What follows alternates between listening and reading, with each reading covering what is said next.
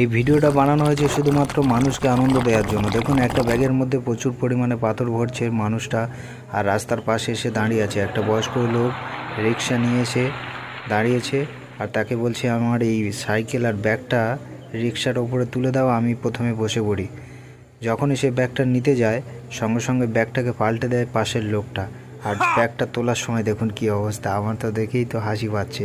ভিডিওটা ভালো লাগলে অবশ্যই লাইক কমেন্ট শেয়ার করবেন। দেখুন ব্যাগটা তুলতেই পারছে না লোকটা, বলছে ভাই এত ভারী ব্যাগ আমি কি করে তুলবো একা। আবার প্যাসেঞ্জারটা নিচে নেমে এসে বলছে দেখো ভাই এ তো আমি এক হাতেই তুলে নিচ্ছি, তুমি কি করছো ভাই, সামান্য একটা ব্যাগ তুলতে পারছো না, একদমই তো ভারী নেই। সাথে সাথে আবার ব্যাগটাকে পাল্টে দিল। দেখুন আবার তোলার চেষ্টা করছে, বলে ভাই আমি তো তুলতেই পারছি না, কি হবে।